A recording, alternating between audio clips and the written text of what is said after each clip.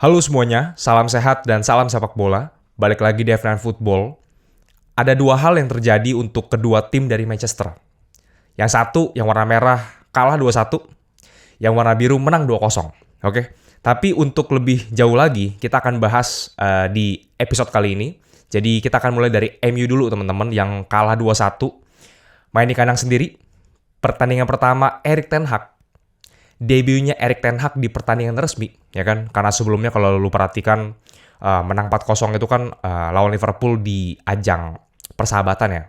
Beberapa kali menang lagi di persahabatan dan terakhir imbang lawan Vallecano juga persahabatan gitu. Dan sekarang lu dihadapkan dengan satu pertandingan resmi di mana tim lu akhirnya tumbang 2-1. Ada banyak hal yang terjadi di sini yang lumayan membuat gua bingung gitu.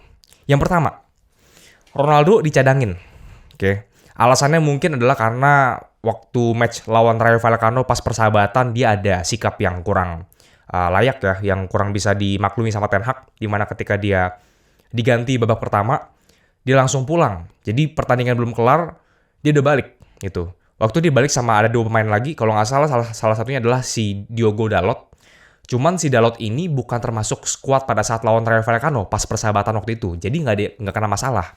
Nah Ronaldo ini udah tahu lu main di pertandingan itu, lu kenapa nggak tungguin tim lu? Nah, Ten Hag permasalahan itu bukan sikap yang benar kan? Dan mungkin dikasih sanksi di mana akhirnya dia dicadangin gitu. Dan kalau kita lihat line up teman-teman nih, MU main gimana ya? Formasinya 4-2-3-1. Ya kan kalau lu nonton EPL secara live 4-2-3-1 ya. Cuman paling depan itu dipasang si Eriksen. Ini aneh gue bilang. Nah, kalau lu buka di SofaScore pada saat permainan mereka, sebenarnya mereka main 4-3-3 gitu. Jadi si Eriksen rada turun ke belakang sebagai false nine, di mana di sebelah kiri dipasang si Rashford, kanan Sancho. Nah, di tengah ini yang rada bingung, si Fernandes, Fred, sama McTominay. Tiga-tiganya nggak bekerja dengan baik, gue bilang. Nah, permasalahan lagi adalah ketika lu pasang si Eriksen, ini kan bukan real striker satu. Sebagai false nine juga dia bukan. Dia sebagai attacking midfield sebenarnya. Jadi kurang pas ditempatkan di sebelah sini kan. Nah, back kiri MU dipasang Luke Shaw, padahal di bench lu punya si Tyler Malacia. Nggak dipasang. Van de Beek lu ada di bench, nggak dipasang. Lu pasangnya McTominay, Fred. Tuh. Dan dua-duanya main tolol di awal. Oke? Pada awal babak pertama, itu si Brighton lumayan ngepres. Ngepres banget bahkan. Dan sangat layak untuk dapat gol pertama. Salah siapa? Gol pertama itu umpannya si Welbeck ya, dari sisi sebelah kiri. Dan sebenarnya si Maguire itu bisa at least berusaha untuk nutup. Tapi lu lihat dia ngapain? Lambat. Nggak sigap gitu. Sebagai back lu nggak sigap gitu.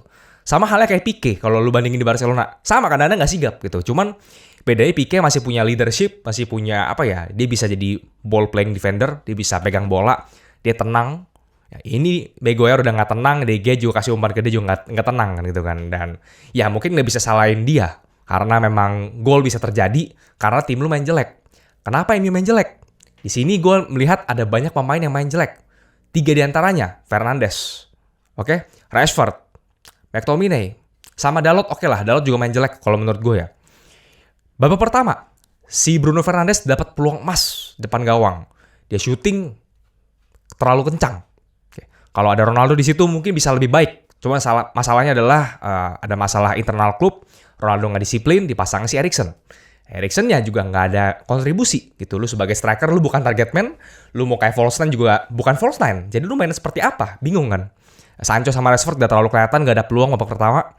Nah, si McTominay ini lebih tolol lagi.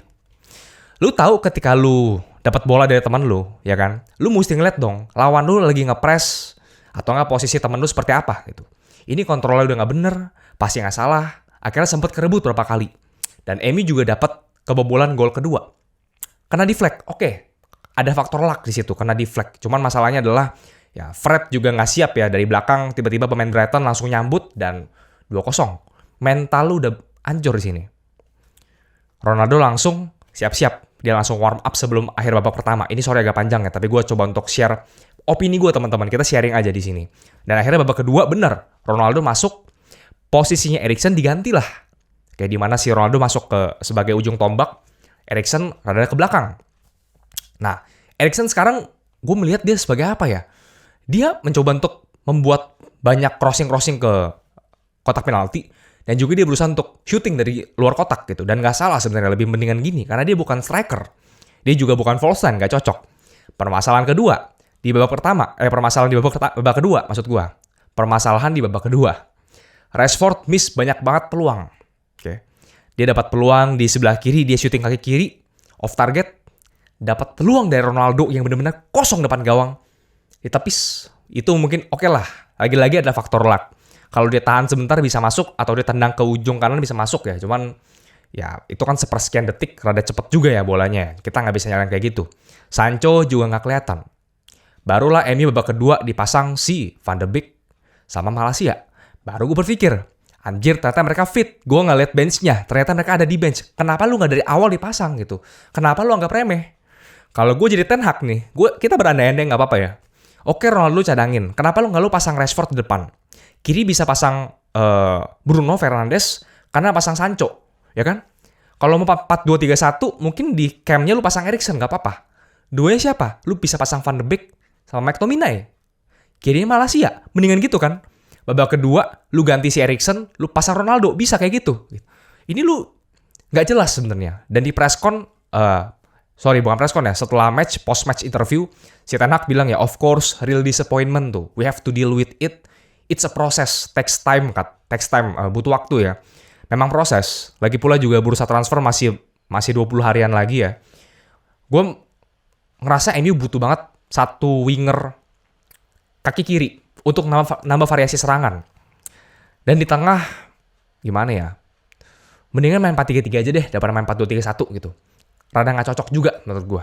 Tapi ya, kita nggak tahu seperti apa yang maunya Ten Hag. Apalagi kalau misalkan Van de Beek nanti udah starter, main 4-2-3-1 gimana? Karena gue bilang 4-2-3-1 ini kekurangan adalah lu kekurangan orang di lini tengah gitu. Karena DM lu 2 kan. Apalagi DM lu kayak Fred sama McTominay, ini 2 pemain tolol sebenarnya. Si Roy Keane juga bilang dari post-match interview kemarin, dia bilang kalau 2 pemain ini memang nggak punya kualitas untuk di MU gitu. Tapi it's okay, masih awal ya MU. Kita cepat aja ke Manchester City yang meraih 3 poin penuh, di mana si Erling Haaland berhasil mencetak 2 gol di match ini, sekaligus membuktikan bahwa dirinya sangat-sangat layak untuk pembelian City dari Borussia Dortmund, ya kan? Dari segi line up, si City menurunkan Phil Foden di sebelah kanan, di mana si Riyad Mahrez di bangku cadangkan dan baru bermain di menit 87 kalau nggak salah ya. Lumayan kesal mungkin dia ya. Dia tetap pasang si Haaland depan, masih ngandelin. Haaland mencoba lagi, dan Grealish sebelah kiri. Jadi pemain ini makin tolol lama-lama, lu bayangin ya. Di midfield oke lah, ada KDB sama De Bruyne sama Gundogan sama Rodri, ini cukup bagus banget. Silva cadangan. Oke, di awal ya kan, ada beberapa peluang lah dari si West Ham. Cuman pada akhirnya City yang control the game. Dia mengontrol pertandingan. 80% apa 79% penguasaan bola. Tapi sayangnya cuma 1 shots on target. Oke. Satu shot itu kalau nggak salah dari penaltinya Haaland deh. Ketika dia dapat bola, dia berusaha untuk lewatin, cuman kena kiper dan penalti. By the way, kipernya si West Ham cedera ya, Fabianski cedera, diganti sama Areola. Dan gue melihat ada satu keanehan teman-teman. Ini lu kalau ada pendapat boleh sharing aja ya. Lu ngerasa nggak sih kalau si Kyle Walker itu sering banget nggak wide mainnya? Dia bek kanan tapi dia ke tengah. Gue nggak tahu apakah si Pep nyaranin ini karena si Haalandnya di depan, jadi orang di tengah itu berkurang, jadi pengen dapat banyak opsi untuk passing. Dan sama si Cancelo juga. Jadi ketika Kyle Walker ke tengah, ruang kanan kan kosong nih. Si Foden ada turun, tapi Cancelo tetap stay wide. Nah, ketika si Cancelo ke tengah, Jack Grealish nutup ke belakang sedikit, si Kyle Walker-nya balik ke posisi awal. Itu yang gue perhatiin seperti itu. Gue gak tahu kenapa. Apa jadi 3-4-3 pada saat tertentu. Gue gak ngerti juga ke depannya seperti apa. Dan yang gue lihat juga, lagi-lagi Cancelo sama Grealish masih tabrakan ya. Dan si Jack Grealish sama KDB masih ada insiden ketika si Jack Grealish pengen kasih umpan ke depan. De Bruyne-nya gak lari ke depan ya. Cuman ya ini orang sih gak bisa sih. Lu bandingin winger kiri kayak Mane, Vinicius, Ansu Fati, Hazard. Lu bandingin sama Grealish main di klub sebesar City yang menang 4 EPL dalam 5 musim terakhir, ya nggak layak. Kecuali untuk bangku cadangan, oke. Karena lu udah nggak punya kreativitas, lu bahkan nggak ngebuka ruang gitu. Lu nggak punya speed juga, nggak punya skill, oke lah. Cuma skill apa gitu kan? Kalau lu bandingin sama Vinicius juga, lu nggak ada apa-apanya. Kayak Coach Justin bilang, kalau nonton Coach Justin ya, dia bilang kalau Jack Grealish punya skill. Skill apa gitu? Ini pendapat gua, lu nggak setuju nggak apa-apa, kita sharing aja. Cuman ya, mendingan lu pasang Alvarez sebelah kiri gitu. Dan ya udah 2-0. Gol kedua adalah umpan si KDB dari counter attack, dan Haaland membuktikan ya.